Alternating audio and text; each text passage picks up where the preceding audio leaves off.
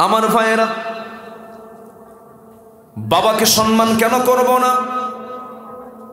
মা বাবা তো অনেক বড় সম্পদের নাম, কিন্তু তাদের ঈমান নাই। আমি তাদেরকে মানবিকভাবে দেখব, এখানে কোনো সমস্যা নাই। অবশ্যই আমি তাদের সঙ্গে সুন্দর আচরণ করব, সমস্যা নাই। কিন্তু দিন নিয়ে, কোরআন নিয়ে, ইসলাম নিয়ে যখন তারা নেগেটিভ কোনো কথা বলবেন, ফালা তুতি'হুমা ওয়া সাহিবহুমা ফিদ দুনিয়া মা'রুফা। সেই সময় তোমরা তার আনুগত্য করতে পারবে না।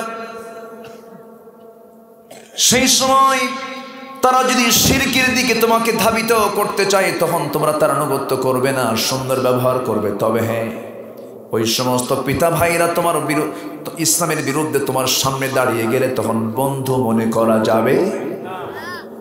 ওবায়দার কথা কে না জানেন?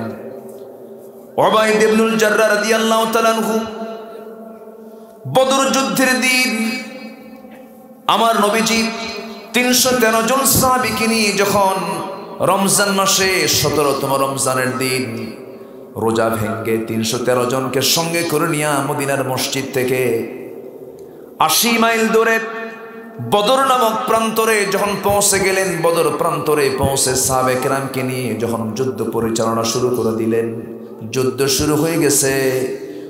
সেই বদর যুদ্ধ হলো ভাই ভাই যুদ্ধ, বদর যুদ্ধ হলো পিতা পুত্রের যুদ্ধ, বদর যুদ্ধ হলো একই বংশে বংশের যুদ্ধ, বদর যুদ্ধ হলো জামাই শ্বশুরের যুদ্ধ, বদর যুদ্ধ হলো আত্মীয় আত্মীয়র যুদ্ধ। খুব কঠিন একটা জায়গা হলো বদরের ময়দান। সাহাবায়ে কেরাম যখন রোজা ভেঙ্গে ফেলে দিয়ে যখন বদর প্রান্তরে যখন হাজির হয়ে গেলেন, আল্লাহ রাব্বুল আলামিন বদরের ব্যাপারে বলেছেন, ওয়ালাকাদ নাসারাকুমুল্লাহু বিবাদরিন ওয়া আনতুম আযিল্লাহ। আমি আল্লাহ রাব্বুল আলামিন তোমাদেরকে বদর প্রান্তরে সাহায্য করেছিলাম, তোমরা অসহায় ছিলে। হাজার হাজার ফেরেশতা পাঠায়া দিয়ে আমি আল্লাহ তোমাদের বদরে বিজয় দিয়ে দিয়েছি। মুসলমানদের বিজয় এসেছে শক্তি দিয়া না ঈমান দিয়া। মুসলমানদের বিজয় এসেছে শক্তি দিয়া না আল্লাহর সাহায্য দিয়া। মুসলমানকে সংখ্যা গুনবে না, আল্লাহর সাহায্য কামনা করবে, আল্লাহর সাহায্য কামনা করবে। মুসলমান যেদিন থেকে চিন্তা এনেছে রাশিয়া আমাকে বাঁচাবে, আমেরিকা আমাকে বাঁচাবে, ভারত আমাকে বাঁচাবে, রাশিয়া আমাকে বাঁচাবে, জার্মান আমাকে বাঁচাবে, এই চিন্তা যেদিন থেকে বান্দার মনে যখন চলে এসেছে, সেই দিন থেকে গোটা পৃথিবীতে মুসলিম জাতি হচ্ছে সবচাইতে নির্যাতিত জাতি, লাঞ্ছিত জাতি। মুসলমানদেরকে সাহায্য করার জন্য ইউরোপ আমেরিকার দরকার নাই, মুসলমানদের সাহায্যের জন্য একমাত্র কার দরকার? আসতে বলবেন না, কার দরকার? আল্লাহর দরকার। আমার ভাইয়েরা, বিশেষ করে আমি যখন বদর নিয়ে চিন্তা করি, কি তাদের ঈমানটা ছিল, এই আয়াতের কি প্রতিফলন তাদের বাস্তবতাই ছিল, চিন্তা করে দেখুন। বদরের যুদ্ধের ময়দানে 1 বছর সাহাবে কেরাম মক্কা থেকে মদিনায় হিজরত করে এসেছেন। কোন কোন সাহাবী তার বউকে রেখে এসেছেন, ছেলের সন্তান রেখে এসেছেন, ব্যবসা বাণিজ্য রেখে এসেছেন, পাকা খেজুরের বাগান সব থুয়ে সব মদিনার দিকে রওনা দিয়েছেন। বদর যুদ্ধের দিন যখন চলে এলো, সাহাবে কেরামকে নিয়ে রওনা করলেন, রোজা ভেঙ্গে বদর প্রান্তরে হাজির হয়ে গেলেন। যুদ্ধ শুরু হয়ে গেল। যুদ্ধের ময়দানে কেউ তার ভাইকে দেখে, কেউ তার বাবাকে দেখে, কেউ তার চাচাকে দেখে, কেউ তার নিজের আত্মীয় স্বজনকে দেখে, কেউ তার জামাইকে দেখে। এই সময়ে যুদ্ধ করতে গেলে ঈমান কাঁচা দরকার না পাকা দরকার? আসতে কয়, কাঁচা দরকার না পাকা দরকার? পাকা ঈমান দরকার। যুদ্ধের ময়দানে ওবায়দা যুদ্ধ করতে নিয়ে নিজের বাপকে সামনে যখন পেয়ে গেলেন, বাপ আসছে আবু জেহেলের নেতৃত্ব অবলম্বন করে যুদ্ধের ময়দানে। সাইয়েদনা ওবায়দা ইবনুল জাররাহ রাদিয়াল্লাহু তাআলা আনহু সেই সময় করলেন কি, নিজের বাপকে দেখে মাত্রই মনে মনে চিন্তা করলেন, নিজের বাবা, আমি কেমন করে তাকে আঘাত করি। বাল্য স্মৃতি তার মনে পড়ে গেল। আরে বাবার কোলে আমি মানুষ হয়েছি, বড় হয়েছে, সেই বাপকে আমি কেমন করে হিট করব। তরবারি গোটায় নিয়ে তিনি পিছন দিকে চলে আসতেছিলেন, পরক্ষণে মনে করলেন না না, আমার জন্মদানকারী পিতা হতে পারে, কিন্তু সে তো ইসলামের দুশ্মন, সে তো দ্বীনের দুশ্মন, সে তো আমার নবীর দুশ্মন, সে আমার আল্লাহর বিরুদ্ধে, নবীর বিরুদ্ধে যুদ্ধ করতে এসেছে। এই চিন্তা মনে করে নিয়া তিনি ভাবলেন, না না, আজকে আমার বাপ মনে করে যদি হাতছাড়া করে ফেরি, তাকে ছেড়ে দেই, কিয়ামতের দিন আমাকে মুনাফিকের কাতারে দাঁড় হতে হবে, আসামির কাতারে দাঁড় হতে হবে। এই চেতনা লালন করে তিনি করলেন কি, নিজের বাপকে বাপ না মনে করে, শিরকির প্রতীক মনে করে, তরবারি আবার কোষমুক্ত করে সিংহের মতো গর্জন দিয়ে বাবার সামনে গিয়ে দাঁড়িয়ে চোখ বন্ধ করে বাবার গর্দান বরাবর আঘাত করলেন। কি মান হতে পারে চিন্তা করে দেখেন। বাবার গর্দান আঘাত করলেন, শেরটা পড়ে গেল, শেরটা ছিটকে পড়লো, ধরার একদিকে পড়লো, সন্তান হয়ে বাবার মস্তকটা ছিন্ন করে ফেলেন, দুনিয়া থেকে বিদায় হয়ে গেল বাপ। সাহাবায়ে কেরামদের মধ্যে আল্লাহু আকবার আওয়াজ ধ্বনিত হলো। যুদ্ধের ময়দানে মুসলমানদের বিজয় যখন নিশ্চিত হয়ে গেছে, সবার মুখে হাসির ঝিলিক, কিন্তু ওবায়দা একটা কোনায় বসে বসে ডুকরে ডুকরে কান্দে। বাবার প্রতি টান আছে না নাই বলেন? বাবার জন্য ডুকরে ডুকরে কাঁদতেছেন। এমন সময় রাসূল বলছেন, সাহাবীরা আমার, ওবায়দার চোখে পানি কেন, কি হয়েছে? রাসূল বলছেন, কেন কান্দে? সাহাবীরা বলছেন, ইয়া রাসূলুল্লাহ, ওবায়দার চোখে পানি আসার কারণ হলো ওবায়দার বাপ আজকে যুদ্ধে মারা গেছে। কে মেরেছ? আমার ওই ওবায়দার বাপকে কে মেরেছ? বলো হুজুর, ওবায়দার বাপকে আমরা কেউ আঘাত করি না, ওবায়দা নিজেই তার বাপকে দুনিয়া থেকে বিদায় করে দিয়েছে। আমার নবীজি দুই হাত সামনের দিকে আগায় দিয়া ওবায়দাকে বুকের সঙ্গে আলিঙ্গন করে নিয়ে বলছেন, ওবায়দা, আজকে তুমি আল্লাহর কালামের আয়াতকে বাস্তবতায় তুমি দেখিয়ে দিয়েছ। তুমি সত্যি সত্যি আল্লাহ এবং রাসূলকে সবার চাইতে বেশি ভালোবাসো। আল্লাহ তোমার জন্য 8টা জান্নাতের দরজা তোমার জন্য খুলে খুলে রেখেছে। জোরে বলি সুবহানাল্লাহ। আল্লাহ তাআলা এর জন্য বলছেন, শোনো, লা তাত্তাখিযু আবাআকুম ওয়া ইখওয়ানাকুম আউলিয়া ইন ইস্তাহাব্বুল কুফরা আলাল ঈমান। যে বাপ যে ভাই কুফর কি ঈমানের উপরে প্রাধান্য দেবে, আল্লাহর দল না করে দুনিয়ার দল করবে, আছে না নাই? আছে। কোন আল্লাহু আকবার। কোথাকার কি কোথায় এসে ফ্যাস লাগে, তাই না? সমস্যা নাই। সম্মানিত ভাইয়েরা, কষ্ট পাচ্ছেন নাকি আপনারা? বলি আলহামদুলিল্লাহ। আসলে বেলকুচির মানুষের, বেলকুচি একটা বরকতময় এলাকা। এই এলাকায় বাংলাদেশের এমন কোন ফেমাস আলেম নাই যে এলাকায় আসে নাই। আলহামদুলিল্লাহ বলে। খুব বরকতি এলাকা এটা, ভালো। মাহফিল যত বেশি হবে তত ভালো। প্রত্যেক গ্রামে গ্রামে মাহফিল হওয়া দরকার। কেন জানেন? আকাম কুকাম বন্ধ হওয়ার জন্য। অনেকে বলে মাহফিল করে লাভ, অনেক হুজুররাও করে, বোঝে না তারা। এই মাহফিল ঘন ঘন হওয়ার কারণে সমাজ থেকে যাত্রা, সিনেমা, নাটক সব বন্ধ হয়ে গেছে। যুবকরা সিনেমায় যায় না, যুবকদের মোবাইলে এখন ওয়াজ আর আল্লাহর কালামের তেলাওয়াত। এটা ইতিবাচক দিক, ভালো। বলি আলহামদুলিল্লাহ। সম্মানিত ভাইয়েরা, তাহলে ভালোবাসবো আমরা এক নাম্বার কাকে? আসতে বলবেন না, কাকে? আল্লাহকে। আমি যদি আল্লাহকে পেয়ে যাই, সব আমার হয়ে যাবে, কিন্তু আমি দুনিয়ার সব পেয়ে গেলাম কিন্তু আল্লাহকে পেলাম না, আমার কিছুই পাওয়া হলো না। আমার ভাইয়েরা, ক্ষমতা পেয়েছেন, ক্ষমতা ফেরাউনও পাইছিল, পায় নাই? ক্ষমতা ফেরাউনও পেয়েছিল, ক্ষমতা নমরুদও পেয়েছিল, ক্ষমতা আবু জেহেলও পেয়েছিল, টিকতে পারে নাই। নমরুদের মতো একটা কাট্টা কাফের আল্লাহর বন্ধু ইব্রাহিম খলিলকে আগুনে পুড়ে মারতে চেয়েছিল, কিন্তু ঈমান তাকে পড়তে পারে নাই। যেরকম সুবহানাল্লাহ। নমরুদকে মেরেছেন কি দিয়া? হ্যাঁ, কি মশা বলেন? সুস্থ না অসুস্থ? অসুস্থ মশা, অকেজো মশা দিয়ে আল্লাহ তাআলা তাকে মেরেছেন। আজকের মাহফিলে অনেক ছোট বাচ্চারাও আছে। এই তোমাদের ঘুম ধরে না? দেখেন না, দেখেন কি গল্প শুরু করছে। আমার ভাইয়েরা, অসুস্থ মশা দিয়ে আল্লাহ তাআলা নমরুদকে বিদায় করে দিয়েছেন। মশা দিয়ে আল্লাহ তাআলা মশার কথা কোরআনে বলেন নাই? একটু কান লাগাবেন। মশার কথা কোরআনে আছে না নাই? মাকড়সার কথা। কাফেররা কয় মাযা আরাদাল্লাহু বিহাদা মাসালা। কাফেররা কয় তোমার আল্লাহর কাজ নাই, কাম নাই, ছোট ছোট মাছ, ছোট ছোট প্রাণীর এগুলো উদাহরণ দিয়ে লাভ কি? এখনো কাফেরদের মুখে এই সমস্ত কথা আছে না নাই? নাস্তিকদের মুখে আছে না নাই? মশা কি আসলে কি দুর্বল প্রাণী? না, মশা দুর্বল কোনো প্রাণী নয়। একটু কান লাগাবেন। অনেক রাত তো, একটু মনোযোগ দিয়ে শোনেন। মশা যদি আমাদের চোখে মনে হয় একটা থাপ্পড় মারলাম মরে গেল ঠিক আছে, কিন্তু মশার কামড়ে মানুষের মৃত্যু হয়, ডেঙ্গু যার হয়েছে সে বোঝে, ঠিক কিনা? আচ্ছা, এই মশা আল্লাহ তাআলা কেন উদাহরণটা দিলেন? ইন্নাল্লাহা লা ইস্তাহি আন ইয়াদরিবা মাসালান মা বাউদাতান ফামা ফাওকাহা। আল্লাহ তাআলা মশার উদাহরণ দিতে লজ্জা করেন না।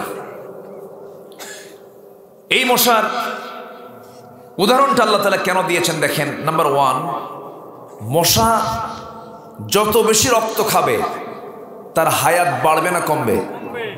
আস্তে কয়, বাড়বে। এ ভালো করে কম। মশা যত বেশি রক্ত খাবে তার হায়াত কমবে না বাড়বে?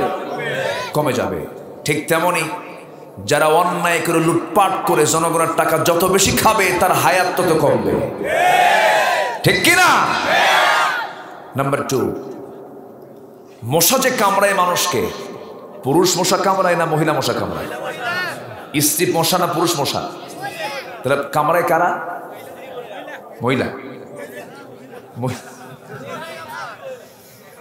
আমি মাদেরকে খাটো করছি না, মাদেরকে আমি খাটো করছি না। আচ্ছা, কথা বেশি বলে পুরুষ না মহিলা? হ্যাঁ, আবার হাসেও দেখি। মেয়েরা কথা কম বলে না বেশি বলে? বেশি বলে। এই যে গলায় এখানে একটা হাড় আছে না, এটা আমাদের যতটুকু নড়ে তার চেয়ে ডাবল নড়ে ওদের। তারা বেশি কথা বলে। বেশি কথা না বললে তো সমস্যা। 4-5টা বাচ্চা সারাক্ষণ থামাতে হয়, ঠিক কিনা বলেন? ওরে থামায়, ওরে থামায়, ওরে থামায়। কথা না বললে তো থামবে না, কথা তাদের বেশি বলতে হয়। এই জন্য আল্লাহ তাআলা তাদেরকে কথা বাড়ায় দিয়েছেন। পুরুষ সারাদিন কথা বলে 2000 শব্দ, মেয়েরা বলে 5000 শব্দ। কয় হাজার বেশি হয়েছে? বেগুন কিনে নিয়ে গেছেন বাজার থেকে, যদি বেগুনে কোনো মতো যদি একটা বেগুনে যদি পোকা পায়, বাস বেগুনের তফসির 3 ঘন্টা, ঠিক না? আল্লাহ তাআলা মেয়েদেরকে এরকম করে বানিয়েছেন। তারা কথা একটু বেশি বলে, প্রয়োজন আছে। কিন্তু মশা যে কামড় মারে, স্ত্রী মশা, পুরুষ মশা কামড়ায় না। কোরআন 1500 বছর আগে জানিয়ে দিল, লা ইস্তাহি আন ইয়াদরিবা মাসালান মা বাউদাতান। বাউদাতান আল্লাহ রাব্বুল আলামিন স্ত্রী মশার কথা বলে দিয়েছেন, পুরুষ মশার কথা বলেন নাই। যে সময় কোরআনটা নাজিল হয়েছে সেই সময় মানুষ বুঝতোই না স্ত্রী মশা কোনটা, পুরুষ মশা কোনটা। কিন্তু আজকের বিজ্ঞান প্রমাণ করেছে স্ত্রী মশা কামড়ায়। আজ থেকে 1500 বছর আগে কোরআন তা জানিয়ে দিয়েছে। বিজ্ঞান কি প্রমাণ করেছে না কোরআন থেকে নিয়েছে? কিসের থেকে নিয়েছে? কোরআন থেকে নিয়েছে। নাম্বার 3 হলো, মশা যদি কানের কাছে এসে গান গায়, ঘুম হয় নাকি? ঘুম তো হয় না। গত রাতে আমার ড্রাইভার সকালবেলা বললাম ঘুম কেমন হয়েছে, বলতেছে হুজুর মশা গান গাইছে। মশা গান গাইছে, ঘুম পাড়তে দেয় নাই। এই মশাটা যদি মশারি টাঙ্গানোর পরও যদি ওই মশারির ভিতরে যদি 2-3টা মশা যদি ঢুকে যায়, কানের কাছে এসে ভন ভন করে আওয়াজ করে, গুনগুন করে, সায়েন্স বলতেছে প্রত্যেকটা মশা যখন সে পাখা নড়ায়, প্রতি সেকেন্ডে সে পাখা নড়ায় হলো 500 থেকে 600 বার। 500 থেকে 600 বার প্রতি সেকেন্ডে। একটা সেকেন্ডে মশা তার পাখা নড়াচ্ছে 500 থেকে 600 বার। মশা কি সাধারণ কোনো প্রাণী? আল্লাহ তাআলা যে উদাহরণগুলো দিচ্ছেন এমনি দিচ্ছেন না। নাম্বার 4 হলো, আল্লাহ তাআলা মশার দৃষ্টান্ত কেন দিয়েছেন? নমরুদের মতো এত দাপুটে নেতা, এত বিশাল বড় পরাক্রমশালী নেতা দুনিয়ার ভিতরে, কাফেরদের ভিতরে সবচাইতে খ্যাতি সম্পন্ন কুখ্যাতি। কি খ্যাতি? কুখ্যাতি সম্পন্ন একজন লিডার। সেই ফেরাউন, সেই নমরুদকে মারার জন্য আমার আল্লাহর বড় কোনো বাহিনী লাগে না। আল্লাহ তাআলা এমন বাহিনী পাঠালেন যে বাহিনীটা খুব আমাদের চোখে দুর্বল। পাহাড়ের একটা গুহার মুখ খুলে দিলেন, এক ঝাঁক মশা বের হয়ে আসলো। এর মধ্যে সবচেয়ে দুর্বল মশা যেটা, সেই মশা ফেরাউন আর নমরুদকে মারার জন্য বরাদ্দ হয়ে গেল। নাকের মধ্যে দিয়ে ঢুকলো, মাথার মধ্যে, ব্রেনের মধ্যে ঢুকে গেল। বলল, আমি আরাম পাচ্ছি না, জুতা নিয়ে আয়। কি নিয়ে আয়? জুতার বাড়ি খেয়ে শেষ পর্যন্ত বললো, এখনো জুতার বাড়ি খাওয়ার মতো লোক আছে না নাই? আসতে বলবেন না, আছে না নাই? আল্লাহ তাআলা মাকড়সার উদাহরণ দিয়েছেন। 114 সূরার মধ্যে একটা সূরার নামই আছে মাকড়সা। সূরাতুল আনকাবুত নামে একটা সূরা আছে। আল্লাহকে বাদ দিয়ে যারা অন্য কাউকে বন্ধু বানাবে, আল্লাহকে বাদ দিয়ে যারা অন্য কাউকে যারা আপনজন মনে করবে, তাদের দৃষ্টান্ত হলো মাকড়সার মতো। কামাসালিল আনকাবুত লাউ কানু ইয়ালামুন, তাদের দৃষ্টান্ত হলো মাকড়সার মতো। কারণ যত বাসা, যত প্রাণী মানুষ বানায়, মানুষও যত প্রাণী বানায়, সবচেয়ে দুর্বল বাসা হলো কার বাসা? কার বাসা বলে? ওইদিকে বাবুই পাখির বাসাটা কেমন? দুর্বল? দুর্বল না মজবুত? আমার আপনার বাড়ির চেয়ে মজবুত। বাবুই পাখি বাসা বানায়, এত মজবুত বাসা, সিডর, আইলা, নার্গিস, হারিকেন, ফনি, সিত্রান, আর কি বুলবুল। এই যে এত ঝড় ঝাপটা, সুনামি, এত কিছু হয়ে গেল, আমার আপনার বাড়ি শুদ্ধ সব ঝড় ঝাপটে সব উড়ে গেল। কিন্তু বাবুই পাখি এমন গাছে বাসা বেঁধেছে, তাল গাছ ওপরে না, আর এত শক্ত ডালের সাথে সে সুন্দর বাসা বানিয়েছে। পৃথিবীর কোন আর্কিটেক্ট, ইঞ্জিনিয়ার তার মতো করে একটা বাসা বানাতে পারবে না। যেরকম সুবহানাল্লাহ। আল্লাহ তাআলা সেই বাসার উদাহরণ না দিয়ে বলছেন মাকড়সার বাসার মতো। মাকড়সার মতো, তাদের উদাহরণ হলো মাকড়সার মতো। এখানে দুইটা ব্যাখ্যা আমরা বাহ্যিকভাবে দেখি। যদিও মাকড়সা বাসা বানায় খুব অল্প সময়ে, কিন্তু সেই বাসাটা দেখতে অসুন্দর না সুন্দর? কি তার কৌণিক মাপ, কি তার স্কেল? একটু কম বেশি হয় না। সুন্দর করে বাসাটা বানিয়ে নিয়েছে, কিন্তু বাসাটা একটু বাতাসে এসে ভেঙে যায়। এটা একটা উদাহরণ হতে পারে। আর একটা আধুনিক উদাহরণ, সেটা হলো প্রত্যেকটা প্রাণীকে আল্লাহ তাআলা জোড়ায় জোড়ায় বানিয়ে দিয়েছেন। ওয়াখালাকনাকুম আজওয়াজা, যত সৃষ্টি আছে প্রত্যেকটা সৃষ্টির মাঝে আল্লাহ তাআলা জোড়া জোড়া করে দিয়েছেন, স্বামী স্ত্রী করে দিয়েছেন। মাকড়সার মধ্যে স্ত্রী মাকড়সা আছে, পুরুষ মাকড়সা আছে। সায়েন্স বলতেছে প্রত্যেক স্ত্রী মাকড়সা এক পর্যায়ে তার স্বামী মাকড়সাকে কামড় মেরে মেরে ফেলে দেয়। অর্থাৎ যে সংসারে স্ত্রী কর্তৃক স্বামী নিহত হয়ে যায়, সেই সংসারটা খুব মজবুত সংসার না দুর্বল সংসার? আল্লাহ বলছেন যারা আল্লাহকে বাদ দিয়ে অন্য কোনো কাউকে বন্ধু হিসেবে গ্রহণ করলো, তাদের দৃষ্টান্ত হলো মাকড়সার সংসারের মতো। মাকড়সার সংসারে কি হয়? স্ত্রী স্বামীকে মেরে ফেলে, হত্যা করে। আমাদের সংসারে যদি কারো সংসারে যদি স্ত্রী স্বামীকে হত্যা করে, সেই সংসার কি খুব মজবুত না ধ্বংস? ধ্বংস। আল্লাহ তাআলা কত সুন্দর করে দৃষ্টান্তগুলো দিয়েছে। আমরা কাউকে বন্ধু বানাবো না। বন্ধু বানাবো কাকে? এক নম্বর বন্ধু কে? আমার আল্লাহ রাব্বুল আলামিন বলেন, ইন্নাল্লাযীনা ক্বালু রাব্বুনাল্লাহু সুম্মা ইসতাকামু তাতানাজ্জালু আলাইহিমুল মালাইকাতু আল্লা তাখাফু ওয়া লা তাহজানু ওয়া আবশিরু বিল জান্নাহ وأبشروا بالجنة التي كنتم توعدون জোরে বলুন আল্লাহু আকবার। নিঃসন্দেহে যারা বলবে আমার রব আল্লাহ, এবং এই কথার উপরে যারা অটল থাকবে, অবিচল থাকবে, এই কথার উপর অবিচল থাকা কিন্তু সহজ নয়। আল্লাহকে রব হিসেবে গ্রহণ করে নেওয়া এটা সহজ হতে পারে, কিন্তু টিকে থাকাটা সহজ নয়। টিকে থাকতে গিয়ে বেলালকে মার খেতে হয়েছে, টিকে থাকতে গিয়ে খাব্বাবকে প্রচন্ড মার খেতে হয়েছে, টিকে থাকতে গিয়ে খোবাইবকে জীবনটা দিতে হয়েছে। এরকম করে শত শত সাহাবীর জীবন চলে গেছে। অসংখ্য নবীর জীবন চলে গেছে, টিকে থাকতে গিয়ে ঈমান আনা সহজ, কিন্তু টিকে রাখা, আসতে বলবেন, টিকে রাখা কঠিন ব্যাপার। টিকে রাখতে হবে। প্রত্যেক যুগে ফেরাউন আছে না নাই? আসতে বলবেন না, আছে না নাই? প্রত্যেক যুগে আবু জেহেলরা আছে না নাই? এদেরকে মোকাবেলা করার জন্য ঈমানটাকে নিয়ে টিকে থাকতে হবে।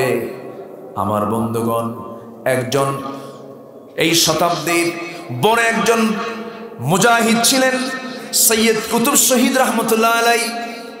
জেলখানায় তার মৃত্যু হয়েছে, জেলখানায় তিনি ইন্তেকাল করেছেন, শাহাদত বরণ করেছেন, শুধুমাত্র কালিমার সঠিক ব্যাখ্যা দেওয়ার কারণে।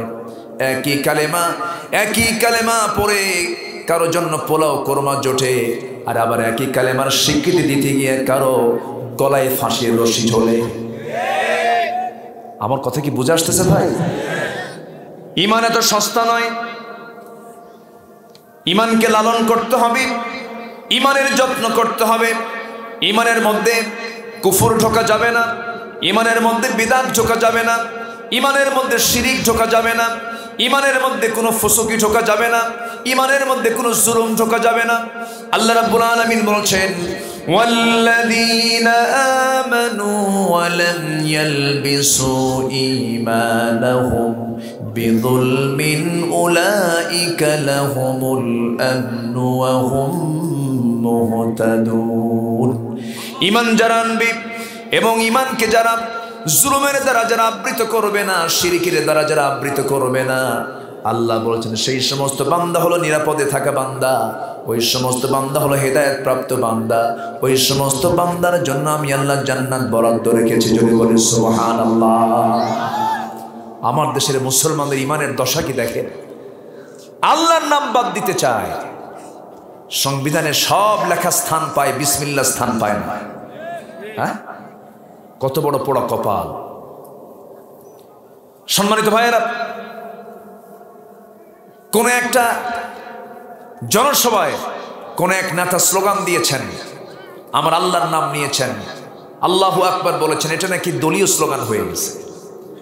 নারে তাকবীরের স্লোগান যদি কোনো দলীয় স্লোগান হয়ে থাকে, তাহলে তোমার জানাজার স্লোগান কি হবে?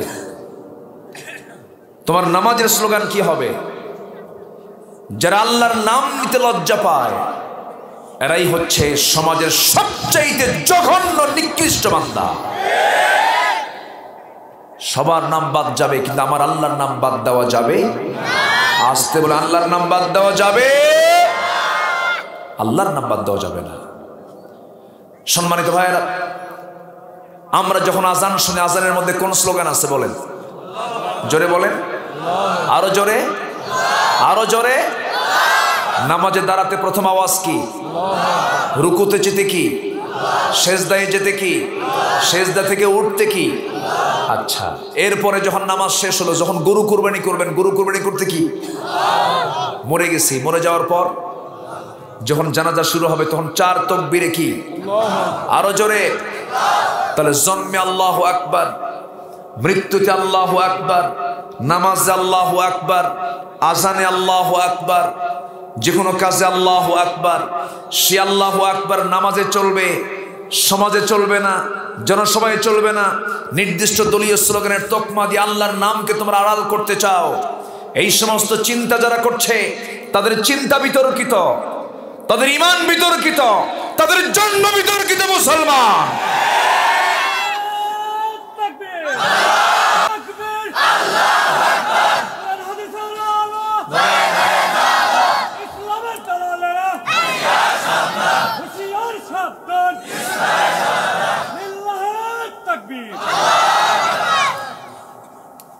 সম্মানিত ভাইয়েরা, সম্মানিত বন্ধুগণ, সব ছাড়বো, আল্লাহকে ছাড়া যাবে না, আল্লাহকে ছাড়া যাবে।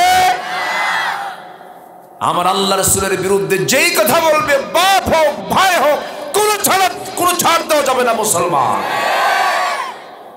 আজকের আয়াত এটাই প্রমাণ করে, আজকের আয়াত এটাই শিক্ষা দিয়ে দেয়। ঈমানের কাছে কখনোই অন্য কোনো কিছুকে প্রাধান্য দেওয়া যাবে না। আমার ভাইয়েরা, আমার বন্ধুগণ, ইমান এনেছি আমরা, কিন্তু ইমান নিয়ে আমাকে শেষ পর্যন্ত টিকে থাকতে হবে। পরীক্ষা চলে আসবে, অত্যাচার চলে আসবে, নিপীড়ন চলে আসবে, জুলুম চলে আসবে। যেথায় যে অবস্থায় থাকি না কেন ইমানকে লালন করতে হবে। একজন মহিলার কথা মনে হয়ে গেছে এই মুহূর্তে, একজন মহিলা আল্লাহ তাআলা যে মহিলার কথা কোরআনে উল্লেখ করেছেন, ইমরাতা ফিরাউন, আসিয়া আলাইহিস সালাতু ওয়াস সালাম। এই দুনিয়াতে তার কি সম্মানের অভাব ছিল। ফেরাউনের মতো একজন ব্যক্তির সেই স্ত্রী মিসেস ফেরাউন, তিনি ফার্স্ট লেডি, তিনি সামাজিক মর্যাদা, রাজনৈতিক মর্যাদা, রাষ্ট্রীয় মর্যাদা, সম্মান, যশ, খ্যাতি সব তিনি দুনিয়াতে পেয়েছিলেন। কিন্তু তার সামনে যখন তাওহীদের দাওয়াত চলে এসেছে, সঙ্গে সঙ্গে তিনি পড়ে নিয়েছেন লা ইলাহা ইল্লাল্লাহু মুসা কালিমুল্লাহ। কালিমা গ্রহণ করার সঙ্গে সঙ্গেই ফেরাউন বলেছিল, ও আমার আসিয়া, আমি তোমার কোনো সম্মানে ঘাটতি করলাম না, মর্যাদায় ঘাটতি করলাম না। তুমি আমার সঙ্গে এমন বড় একটা বড় আঘাত তুমি আমাকে দিয়ে ফেললে, তুমি মুসার ধর্ম গ্রহণ করলে। সঙ্গে সঙ্গে আসিয়া বলছেন, স্বামী গো, আমি তো মুসার ধর্ম গ্রহণ করি নাই, যিনি আমাকে বানিয়েছেন, যিনি আপনাকে বানিয়েছেন, আমি তার দ্বীন ইসলামকে গ্রহণ করে নিয়েছি। এই কথা বলার সঙ্গে সঙ্গে ফেরাউন বলছে, শোনো, এই জনপদে আমার আইন ছাড়া কোনো আইন চলবে না, আমার বিধান ছাড়া কোনো বিধান চলবে না। এই কথা বলার সঙ্গে সঙ্গে আসিয়া বলছেন, আমার স্বামী গো, আপনি আমাকে যতবার বুঝাবেন, আমি আপনাকে সম্মান রেখে একটা কথা বলতে চাই। আপনি আমার ব্যাপারে কি সিদ্ধান্ত নেবেন জানি না, দুনিয়ার সব ছাড়বো, কিন্তু আমি আমার আল্লাহকে ছাড়তে পারবো না। কারণ ইমানদাররা সবচাইতে বেশি মহব্বত করে কাকে? ওয়াল্লাযীনা আমানু আশাদ্দু হুব্বাল লিল্লাহ। ইমানদার যারা, তারা সবচাইতে বেশি আল্লাহকে ভয় করে। আসিয়া আলাইহিস সালাতু ওয়াস সালাম শেষ পর্যন্ত পারিবারিক বাধার সম্মুখীন হলেন, রাষ্ট্রীয় বাধার সম্মুখীন হলেন, সামাজিক বাধার সম্মুখীন হয়ে গেলেন। ফেরাউন চূড়ান্ত সিদ্ধান্ত নিয়ে বলছে, আসিয়া শোনো, আমি তোমার সঙ্গে কোনোদিন খারাপ আচরণ করি নাই, কিন্তু আজকে তোমাকে আমি আলটিমেটাম দিয়ে দিলাম, তোমাকে দিন ছাড়তে হবে, ইসলাম ছাড়তে হবে, ইমানটা ছাড়তে হবে, আল্লাহকে বাদ দিতে হবে। আসিয়া বলছেন, শুধু আপনি এই চ্যাপ্টারটা বাদ দিয়ে আপনি যা বলবেন তাই শুনবো, কিন্তু আমি আল্লাহকে ছাড়তে পারবো না। কি মুহাব্বত আল্লাহর সঙ্গে তারা করেছেন। আসিয়া আলাইহিস সালাতু ওয়াস সালামকে শেষ পর্যন্ত মন্ত্রিসভার বৈঠকে চূড়ান্ত সিদ্ধান্ত নিয়ে জানান দেওয়া হলো, আসিয়াকে দুনিয়া থেকে বিদায় করে দেওয়া হবে। সর্বশেষ যখন বলা হলো, আসিয়া তোমাকে আমরা দুনিয়া থেকে বিদায় করে দেব, আসিয়া বলছেন, আমার স্বামী, আমি আপনাকে একটা চূড়ান্ত কথা বলছি, আপনি শুনে নেন। আমার প্রতি অত্যাচার যত বাড়বে, আমার ইমান তত মজবুত হয়ে যাবে। আহা, আমার মা, আমার আলোচনা যারা শুনছেন, একটু কান লাগিয়ে শোনেন, একটু মনোযোগ দিয়ে শোনার চেষ্টা করেন। এই সমস্ত নারীর দৃষ্টান্ত আল্লাহ তাআলা এমনি কোরআনে উল্লেখ করেন নাই, এবং তার দোয়াটা পর্যন্ত কোরআনে উল্লেখ করে দিয়েছেন। আসিয়া আলাইহিস সালাতু ওয়াস সালামের সামনে যখন জল্লাদ হাজির হয়ে গেল, আসিয়াকে বলা হচ্ছে, শেষবারের মতো আসিয়া, তোমার সম্মান, তোমার পরিবেশ সব ঠিকঠাক ছিল, তুমি কি করবে বলো। আসিয়া বলছেন, তোমরা আমাকে কি করবে জানি না, আমার নাকের মধ্যে আমি জান্নাতের ঘ্রাণ পেতেছি।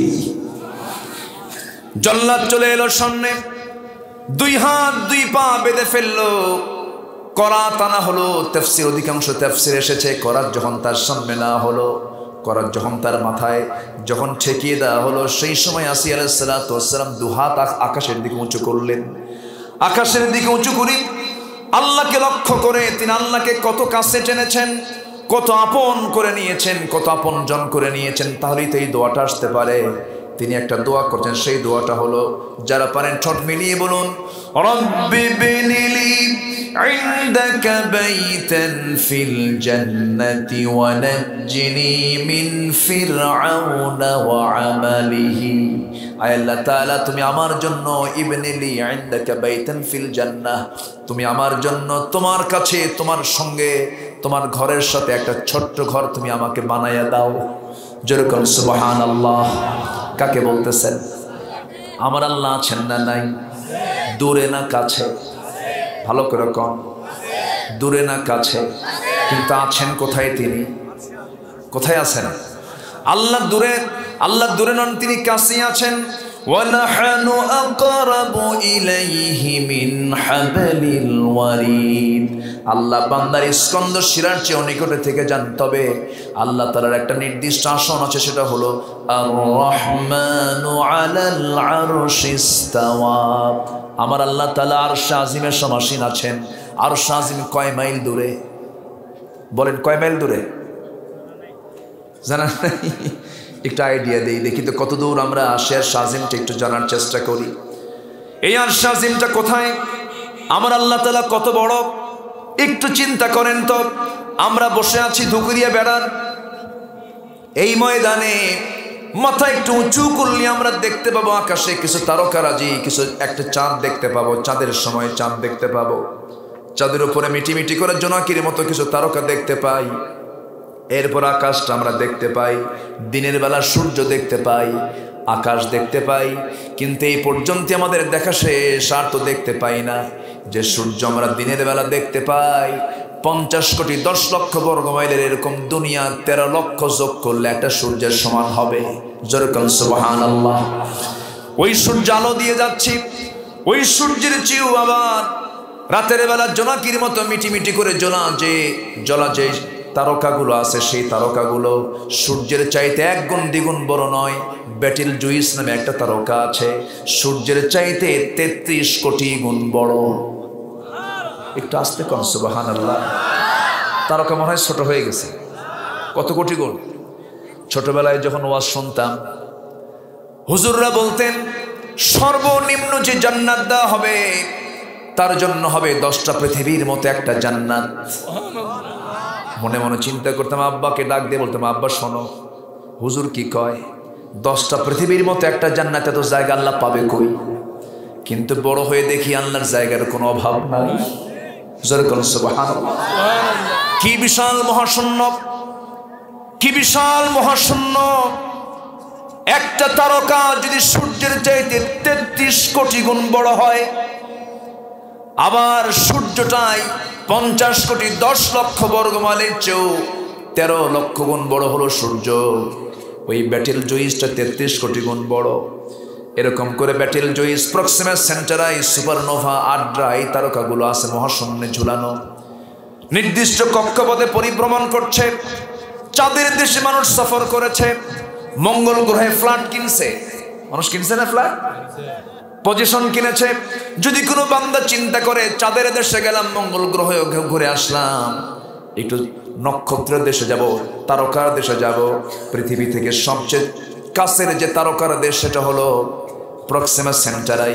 সেই প্রক্সিমা সেন্টারে যদি কেউ যেতে চায়, এই দুনিয়ার এখন বর্তমান দুনিয়ার সবচেয়ে দ্রুতগামী যানবাহন হলো অ্যাপোলো 11। অ্যাপোলো 11-এর প্রতি ঘন্টার গতি হলো 39,000 কিলোমিটার। কত হাজার কিলোমিটার? 39,000 kilometre per hour. প্রতি ঘন্টায় 39,000 কিলোমিটার বেগে যদি ওই অ্যাপোলো 11-এ চড়ে যদি প্রক্সিমা সেন্টারাই নামক পৃথিবীর সবচেয়ে নিকটবর্তী তারকার দেশে যেতে চায়, তার সময় লেগে যাবে 1,15,000 বছর মাত্র। যাবেন কারা কারা? হাত তোলেন।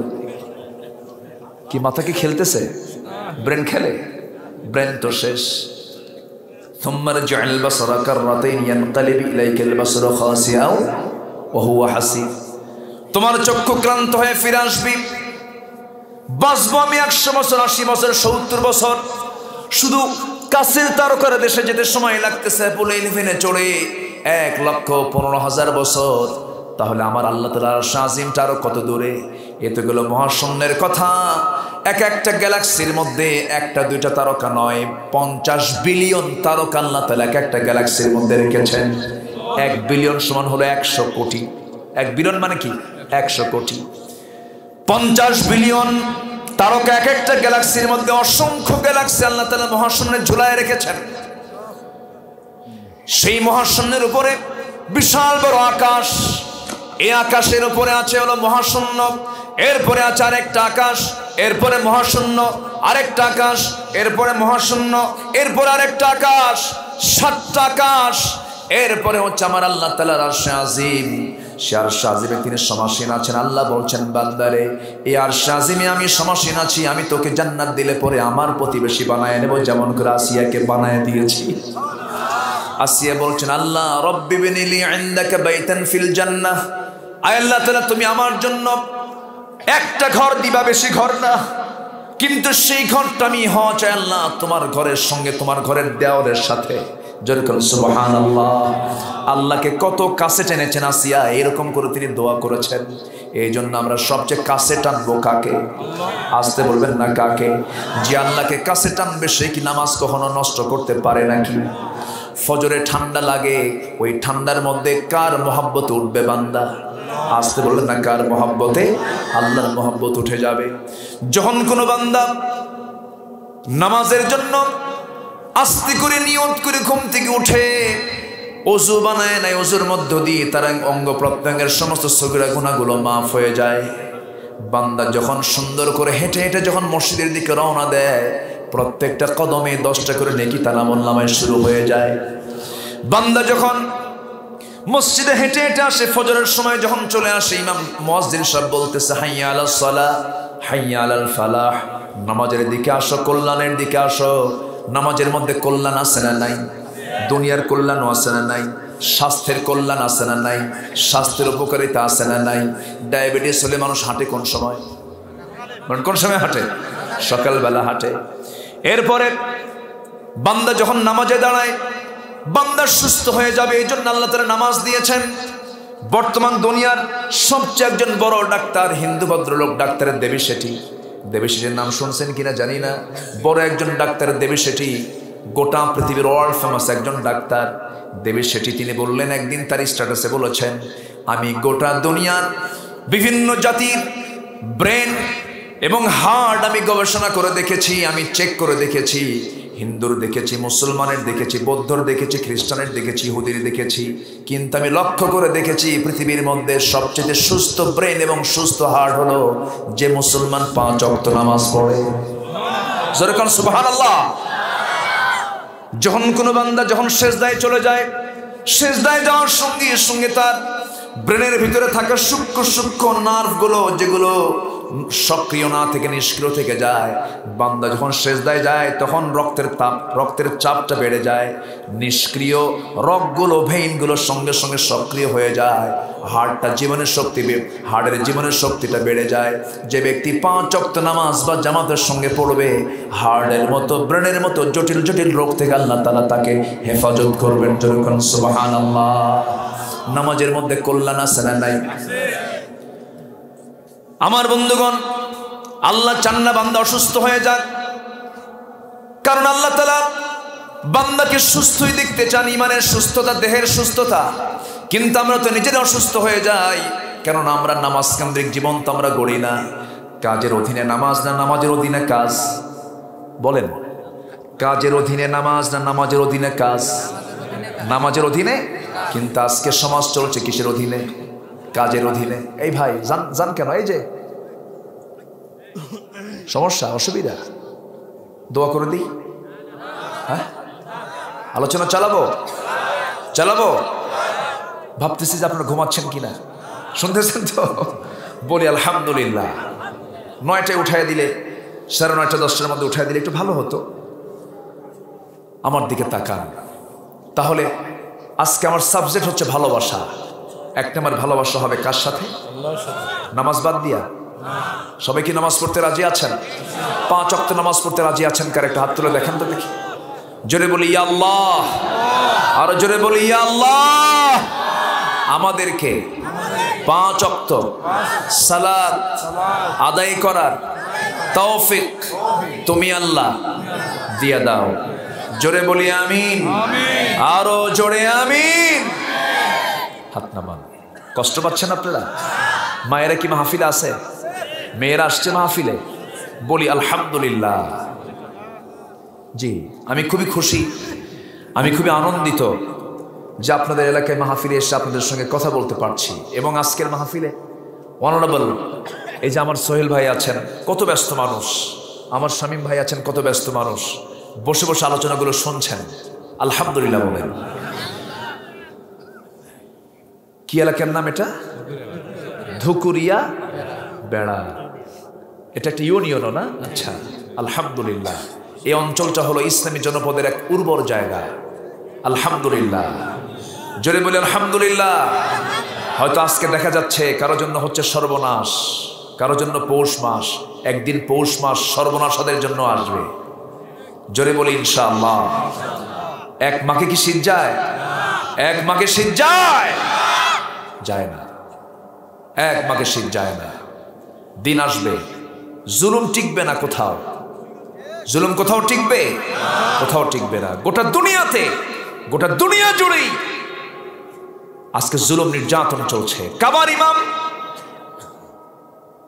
সিনেমার বিরুদ্ধে, অশ্লীল কনসার্টের বিরুদ্ধে কথা বলেছেন, সেখানে জালিম শাসকরা জেলখানায় তাকে ঢুকিয়ে দিয়ে 10 বছরের সাজা তাকে দিয়ে দিয়েছে। কোথায় যাবেন? দেশে দেশে এই জুলুমতন্ত্রগুলো চলছে। ঈমান আপনি টিকে রাখতে গেলে বিপদ আসবেই, মুসিবত আসবেই, এটাই হলো স্বাভাবিক। জান্নাত পেতে হলে পরীক্ষা আছে না নাই? বিনা পরীক্ষায় জান্নাত পাওয়া যাবে? 4 জন ইমামের কোন ইমামের মৃত্যু সঠিকভাবে হয় নাই। সঠিকভাবে মানে কি? বাড়িতে হয় না, স্বাভাবিকভাবে হয় নাই। আমি কথাটা বলতে আমার স্লিপিং হয়ে গেছে। স্বাভাবিক মৃত্যু তাদের হয় নাই। আবু হানিফার মৃত্যু হয়ে গেছে জেলখানার ভিতরে। 8 বছর জেল খেটেছেন তিনি। কত বছর? তাকে জেলখানায় রেখেছে কাফেররা, মুশরিকরা, জালিমরা। সেই জালিমরা আছে না নাই? প্রস্তাব দেওয়া হলো, আবু হানিফা তোমাকে চিফ জাস্টিস বানাবো, প্রধান বিচারপতি বানাবো। তিনি বললেন, তুমি তো জালিম, তুমি জালিমের অধীনে আমি কি বিচার করব? তোমার অধীনে আমার বিচারপতি হওয়ার দরকার নাই। প্রস্তাবটাকে প্রত্যাখ্যান করলেন। ফলাফল হলো তাকে জেলখানায় ঢুকালো।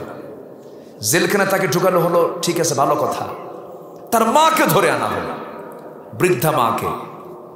বৃদ্ধা মাকে ধরে এনে বৃদ্ধা মার চোখের সামনে সন্তানকে পিটালে মায়ের কি ভালো লাগে? মায়ের কি কলিজায় টান লাগে না? লাগে। মা কান্দে। আবু হানিফা মনে মনে চিন্তা করেন, আহারে আমার বুড়া মা, আমার প্রতি অত্যাচার দেখি মার কলিজায় শেল বেঁধে যাচ্ছে, কষ্ট হচ্ছে, মা আজ কত না কষ্ট পাচ্ছেন। আবু হানিফা কি সিদ্ধান্ত নেবেন? তিনি সিদ্ধান্তহীনতায় তিনি ভুগছিলেন। মার জন্য কি করা যায়? কিছুক্ষণ পর মা বলছে, বাজান কি চিন্তা করিস জানি না, আমার চোখের পানি দেখে তুই হতাশ হবি না। আমার চোখের পানি কোনো কষ্টের মধ্য দিয়ে আমার চোখের পানি বের হচ্ছে না। আমার কলিজার টুকরা সন্তান, ঈমানের পরীক্ষা দিতে হবে। আমার চোখে পানি আসার কারণ হলো তোর প্রতি যে অত্যাচার করা হচ্ছে, না জেনে তুই কোন সময় যেন মাথা নত করে যাস। জালিমদের সামনে মাথা নত করবি না কখনো। আমি তোর মা, তো কি দৃঢ় কণ্ঠে বলতে চাচ্ছি, আমার কলিজার টুকরা সন্তান, অত্যাচারগুলো সহ্য করতে করতে এক পর্যায়ে তুই শহীদের নাজরানা পেশ করবি, শহীদ হয়ে দুনিয়া থেকে বিদায় হবি। হাসরের ময়দানে আমি তোর মা, শহীদের মা হওয়ার গৌরব অর্জন করে আল্লাহর সামনে দাঁড়াবো। যেরকম সুবহানাল্লাহ। আবু হানিফা রাহমাতুল্লাহ আলাইহি 8টা বছর খাওয়া নাই, ঘুম নাই, বিভিন্ন নির্যাতনের শিকার তিনি হলেন। তার এলেমকে নষ্ট করার জন্য শেষ পর্যন্ত তাকে বিষ প্রয়োগ করে দুনিয়া থেকে বিদায় করে দেওয়া হলো। দুনিয়া থেকে বিদায় হলেন। ইমাম মালিককে মেরে মেরে পিঠের চামড়া তুলে দেওয়া হয়েছে। আহমদ ইবনে হাম্বলকে গলার ভিতরে দড়ি ধরে গোটা শহর তাকে লাঞ্ছিত করে তাকে ঘুরানো হয়েছে। আমার ভাইয়ের, এটাই তো ইমামদের, এটাই তো ইমানদারদের জীবনের কথাগুলো। আমার ভাইয়েরা, আরেকজন জালিম বাদশা ছিল হাজ্জাজ বিন ইউসুফ। আব্দুল্লাহ ইবনে জুবাইর রাদিয়াল্লাহু তাআলা আনহু, প্রত্যেক নবীর একজন করে হাওয়ারি থাকেন। জুবাইর ইবনে আওয়াম একজন নবীর হাওয়ারি ছিলেন, একজন গুরুত্বপূর্ণ সাহাবী ছিলেন। তার ছেলে হচ্ছেন আব্দুল্লাহ ইবনে জুবাইর রাদিয়াল্লাহু তাআলা আনহু, তার মা হচ্ছেন আসমা বিনত আবু বকর সিদ্দিক রাদিয়াল্লাহু তাআলা আনহা। তার ছেলে হলেন আব্দুল্লাহ ইবনে জুবাইর। এই আব্দুল্লাহ ইবনে জুবাইর রাদিয়াল্লাহু তাআলা আনহু হাজ্জাজ বিন ইউসুফের বিরুদ্ধে যখন মোকাবেলায় দাঁড়িয়ে গেলেন, যুদ্ধ শুরু হয়ে যাবে এমন সময় তার মা, বৃদ্ধা মানুষ, 80 বছরের বুড়ি মানুষ, মাকে ডাক দিয়ে বলছে, মা শোনো, হাজ্জাজ বিন ইউসুফের লোকেরা কিন্তু মুসলমানদেরকে ধরে ধরে শেষ করে দিচ্ছে, নাক কাটছে, কান কাটছে, চোখ তুলে নিচ্ছে। মা, আমি তো ওই সমস্ত বাতিলদের মোকাবেলা করতে যাচ্ছি, মা আমি কি যাব নাকি? না তোমার কষ্ট হবে নাকি তুমি বলো। সঙ্গে সঙ্গে আব্দুল্লাহ ইবনে জুবাইরের মা আসমা বিনতে আবু বকর বলছেন, আমার কলিজার টুকরা সন্তান, তুই আমাকে কি বলছিস বুঝতেছি না, তবে একটা কথা জেনে রাখবি, আমার কলিজার টুকরা সন্তান আব্দুল্লাহ ইবনে জুবাইর একটা ছাগল জবহ করার পর সেই ছাগলকে কিমা করে খাবে, না ভুনা করে খাবে, না ফ্রাই করে খাবে, ছাগল কি টের পায় না কি রে? না ছাগল তো টের পায় না।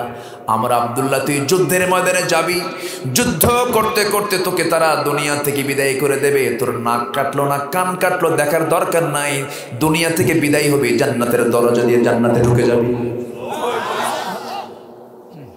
আব্দুল্লাহ ইবনে জুবাইর রাদিয়াল্লাহু তাআলা আনহু এবার মা দুটো হাত ধরে বলছে, মা আল্লাহর কসম করে বলি, আমি তো ভয়ে এই কথা বলিনি, কিন্তু মা তুমি তো বুড়া মানুষ, তুমি ধৈর্য ধারণ করতে পারবে কিনা, এই জন্য আমি তোমাকে চেক করলাম।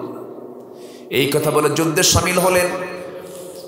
হাজ্জাজ বিন ইউসুফের লোকেরা আব্দুল্লাহ ইবনে জুবাইরকে মেরে ফেলে দিয়া শহীদ করে তার লাশ উল্টা করে ঝুলাইয়া গাছের সঙ্গে 2 পা বেঁধে রেখেছে। যুগে যুগে অত্যাচারগুলো আছে না নাই? ঝুলাইয়া রেখেছে, ঝুলন্ত লাশ 3 দিন পর্যন্ত ঝুলন্ত অবস্থায় আছে, কেউ নামায় নাই। আসমা রাদিয়াল্লাহু তাআলা আনহা তিনি করলেন কি, তিনি তার সন্তানকে খোঁজার জন্য বের হয়ে আসলেন। বের হয়ে এসে দেখেন তার সন্তানকে ঝুলায় রেখেছে গাছের সাথে। মা সন্তানের চেহারার দিকে তাকায় বলছে, আহারে দিনের পথের মুজাহিদের ঘোড়া থেকে নামার সময় কিন্তু এখন ঘোড়ার সময় নামার সময় কি এখনো হয় নাই। তার লাশটা নামানো হলো, সন্তানকে কলিজা ভরে দোয়া করলেন, বুকের সঙ্গে জড়িয়ে ধরে কপালে চুম্বন এঁকে দিয়ে এবার তিনি একটা হাদিস বর্ণনা করলেন। আসমা বিনতে আবু বকরের হাদিস বর্ণনা আছে না নাই? তিনি বললেন, প্রত্যেকটা যুগের জন্য একজন মিথ্যুক বাদশা থাকে। আমার রাসূল বলেছিলেন, বনু সাকিব গোত্রের একজন মিথ্যুক বাদশা আসবে। আসমা বিনতে আবু বকর বলেন, এই মিথ্যুক বাদশা অন্য কেউ নয়, তুই হাজ্জাজ বিন ইউসুফ। আল্লাহু আকবার বলেন। মা যেমন সাহসী, সন্তান তেমন সাহসী। ইমানটা তখনই পাকাপোক্ত হবে যখন আমরা আল্লাহকে দূরে মনে করব না, কাছে মনে করব। কাছে টেনে নিতে হবে। আমরা আল্লাহকে 1 নম্বর মোহাব্বত করব, নাম্বার 2 হচ্ছে অন্য কেউ নন। আল্লাহ তাআলা দ্বিতীয় আয়াতে সুন্দর করে বলছেন, আমি কি আলোচনা চালিয়ে যাব? কোনো আপত্তি নাই তো? বলি ইনশাআল্লাহ। আল্লাহ তাআলা বলছেন, আহাব্বা ইলাইকুম মিনাল্লাহি ওয়া রাসূলিহি ওয়া জিহাদিন ফি সাবিলিহি ফাতারাব্বাসু হাত্তা ইয়াতিয়াল্লাহু বিআমরিহি ওয়াল্লাহু লা ইয়াহদিল কওমাল ফাসিকিন। জোরে বলুন আল্লাহু আকবার। আগের আয়াতে বলেছেন জালিমুন, এবার এই আয়াতে বলেন ফাসিকিন। জালেমও হব না, ফাসিকও হব না। তাহলে আমাদের কি করতে হবে? আগের আয়াতে বলা হলো, যারা ইমানকে কুফুরের বিনিময়ে বিক্রি করে দেয়, অথবা ইমানকে নিচে রেখে কুফুরকে যারা প্রাধান্য দেবে, তাদেরকে তোমার বন্ধু বানানো, হোক সে তোমার বাপ, হোক সে তোমার ভাই। এবার বলা হচ্ছে, রাসূল আপনি বলে দেন, 8টা ভালোবাসার চাইতে আল্লাহকে বেশি ভালোবাসতে হবে, 8 জনকে ভালোবাসার চাইতে আল্লাহকে বেশি ভালোবাসতে হবে। এখানে 8টা শ্রেণী উল্লেখ করা হয়েছে।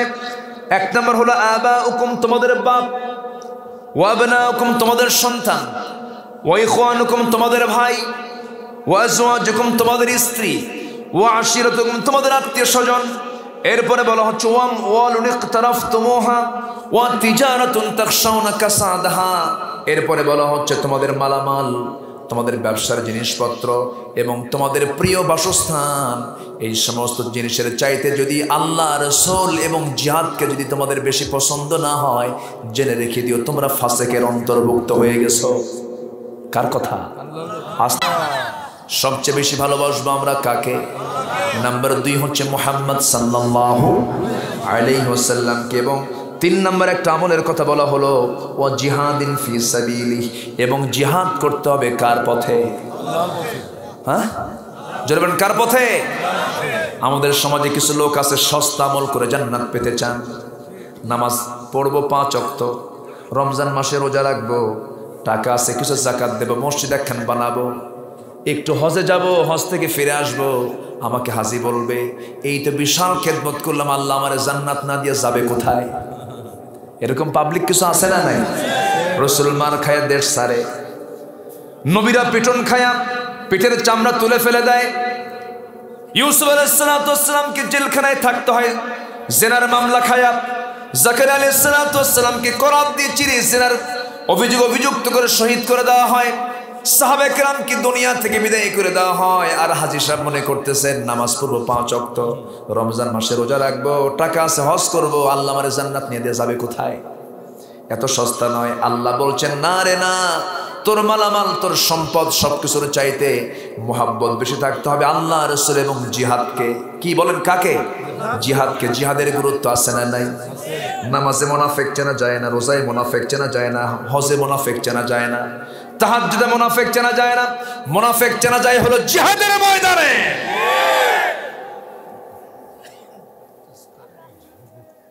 কষ্ট হচ্ছে আপনাদের? আর একটু সময় আমি কথা বলবো, হ্যাঁ? কোন আপত্তি? বলি আলহামদুলিল্লাহ। আমি এক চুল পরিমাণ ঘামি নাই, জানেন? আমি ঘামি নাই মানে প্রমাণ হচ্ছে ব্যাপক ঠান্ডা। কথা বলছেন? কথা বলা কিন্তু সবচাইতে বেশি পরিশ্রমের কাজ। ডাক্তার অবাক হয়ে যায় যে আপনারা এত কথা বলেন কেমনে? বলি যে কথা বলি কেমনে? আল্লাহর রহমত। আপনি কি রহমতের কথা ভুলে গেছেন ডাক্তার সাহেব? এই হবে উত্তর দিই। সম্মানিত ভাইয়েরা, ও জিহাদিন ফি সাবিলি, আল্লাহর পথে জিহাদ করাকে যাদের বেশি প্রিয় না মনে হয়, হাত্তা ইয়াতি আল্লাহু বিআমরি ফাতারাব্বাসু, তোমরা অপেক্ষা করো, আল্লাহর ফয়সালা চলে আসবে। সম্মানিত ভাইয়েরা, ছোট্ট একটা প্রেক্ষাপট মনে পড়লো আমার নবীজি মদিনার 10 বছরের যুদ্ধ করেছেন 86টা, 27টি যুদ্ধের নেতৃত্ব তিনি দিয়েছেন। আমার নবীর ঘরে ফার্নিচার ছিল হলো কি জানেন? নবীর ঘরের আসবাবপত্র ছিল হলো তরবারি, বর্ষা, পানির মশক, আর হলো চামড়ার একটা চাদর। এটা হলো আমার নবীর ঘরের ফার্নিচার। আল্লাহু আকবার বলেন। আজকে মুসলমানের ঘরে কি এই জাতীয় কোনো ফার্নিচার আছে?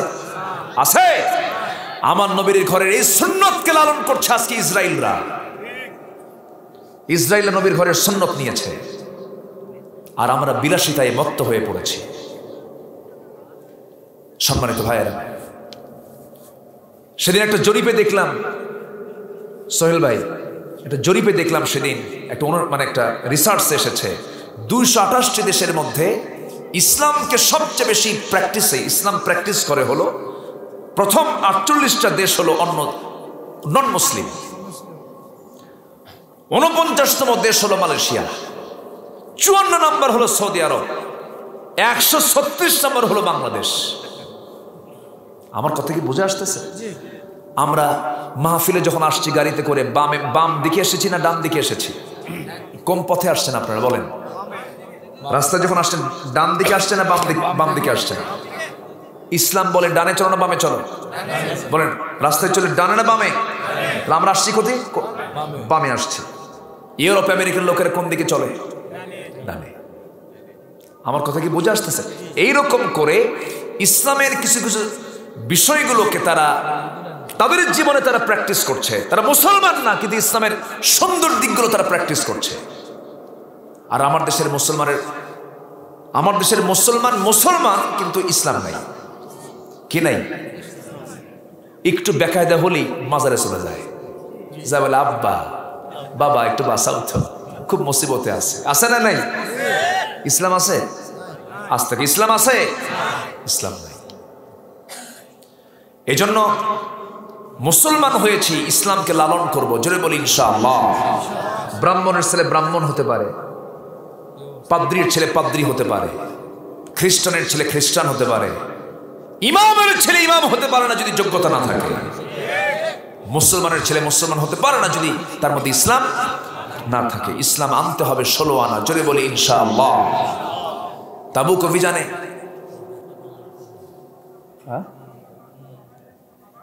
ছোট্ট একটা গজল বল বাবা, এর মধ্যে আবার কেমন গজল বলবো?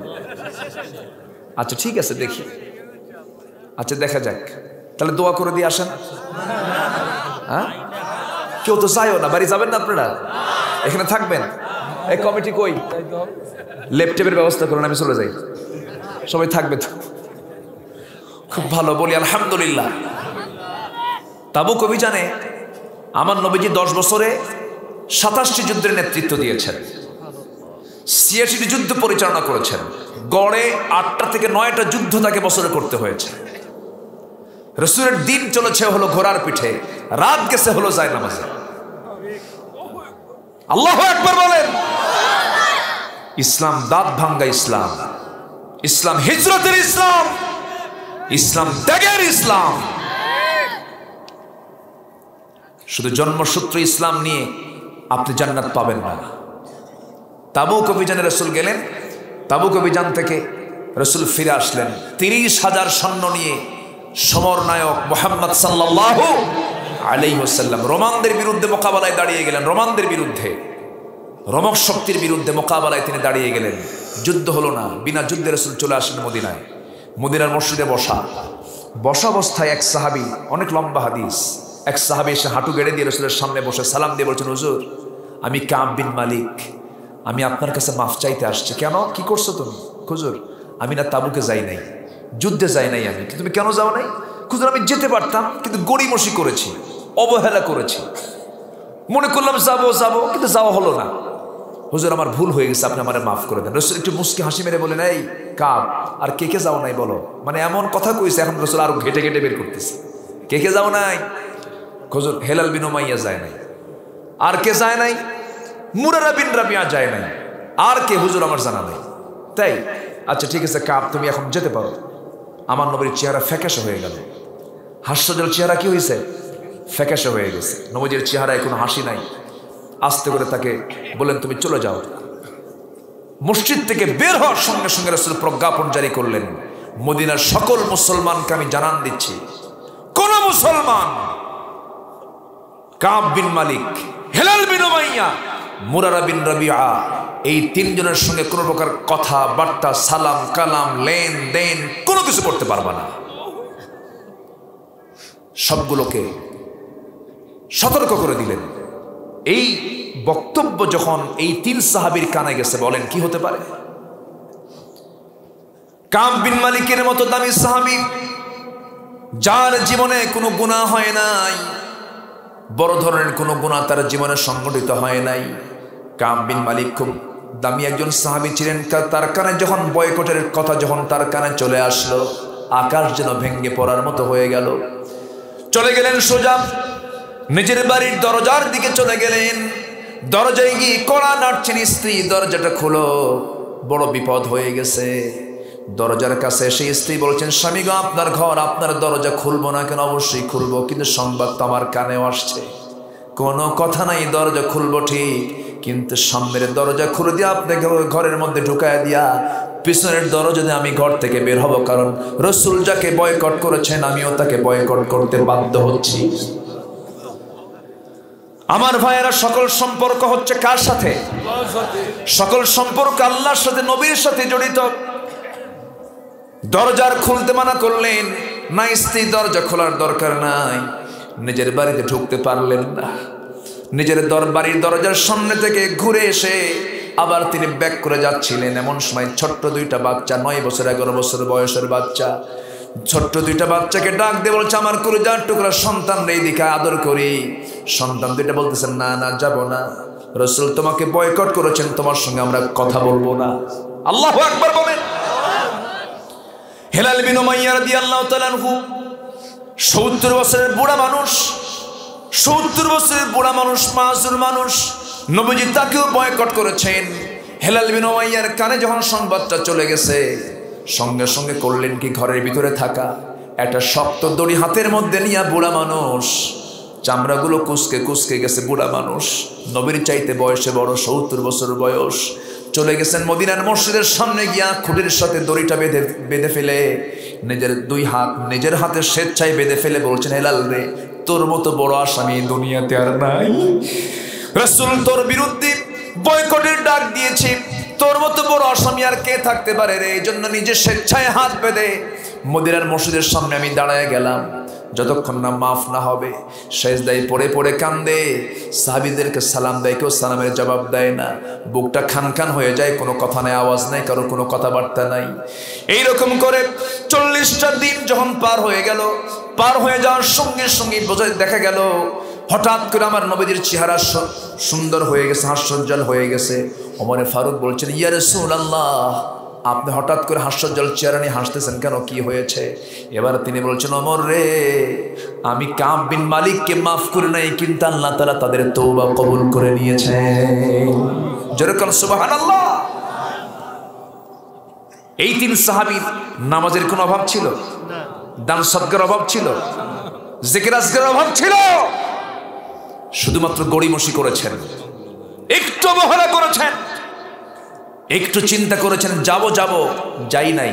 এতটুকু অবহেলা করার কারণে রাসূল তাকে বয়কট করেছেন। তওবা করেছেন, আল্লাহ মাফ করেন না?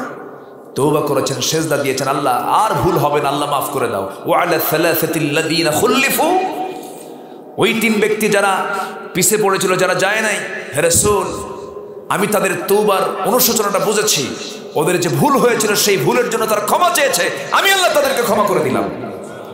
কিন্তু এই ইতিহাসের মধ্যে শিক্ষা আছে না নাই? আসতে বলবেন না, আছে না নাই?